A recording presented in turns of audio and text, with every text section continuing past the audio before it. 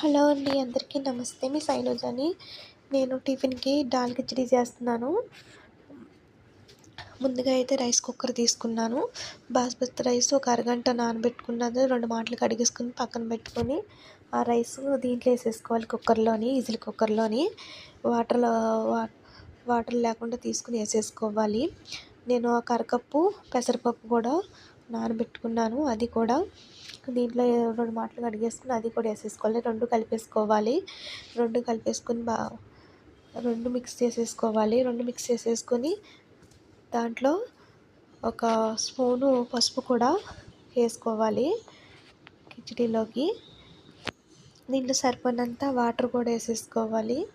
నేను సరిపడినంత వాటర్ వేసేసుకున్నాను. దీనికైతే నేనేం కొలత లేదండి, మామూలుగా వేసేసుకుంటున్నాను తెలిసిన దాని మీద.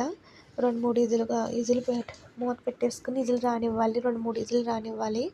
రానిచ్చి స్టవ్ బంద్ చేసుకోవాలి. బంద్ చేసుకొని ఇది ఉడికిపోయింది కదా, ఎంత ఇలాగ గట్టిగా కావాలంటే గట్టిగా చేసుకోవచ్చు. ఈ కిచిడీకి పలుచగా కావాలంటే పలుచగా చేసుకోవచ్చు.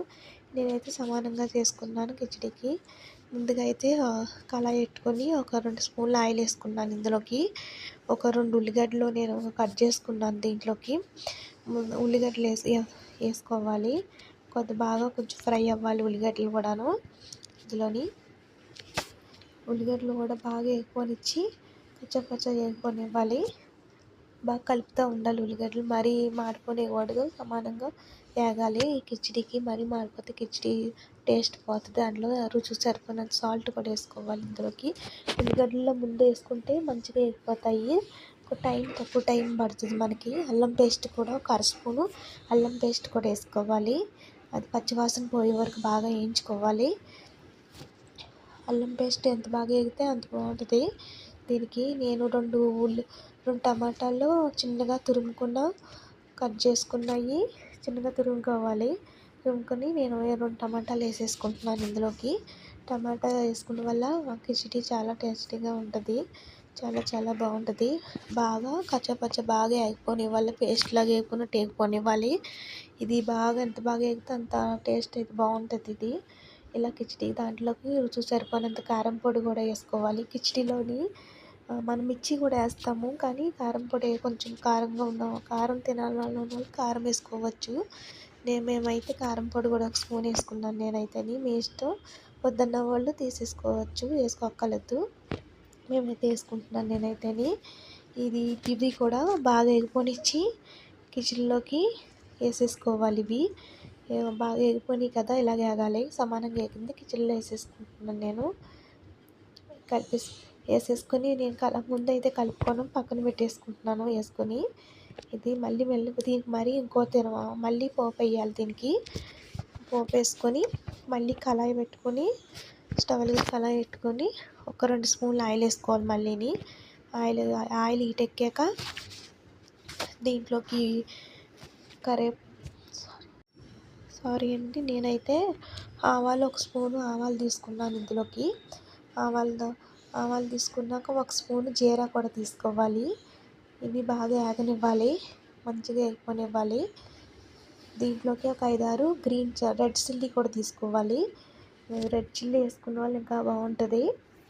బాగా వేగిపోనివ్వాలి. పోపు ఎంత బాగా వేగితే అంత రుచిగా ఉంటుంది, చాలా కమ్మగా ఉంటుంది ఈ కిచిడీ అయితేని.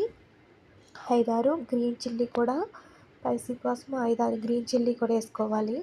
అవి కూడా బాగా వేగిపోనివ్వాలి. పోపు అంతా మంచిగా వేగిపోనివ్వాలి. ఇందులోని కాస్తంత ఇంగువ కూడా వేసుకోవాలి. ఇంగువ వేసుకున్న వల్ల ఈ కిచిడీకి కంపల్సరీ ఇంగువ వేసుకోవాలి, బాగుంటుంది. దీంట్లోకి కరివేపాకు, కొత్తిమీర అన్నీ వేసేసుకున్నాను కదా. ఇవన్నీ మిక్స్ చేసేసుకుని బాగా అన్నీ కలిపేసుకోవాలి మంచిగాను.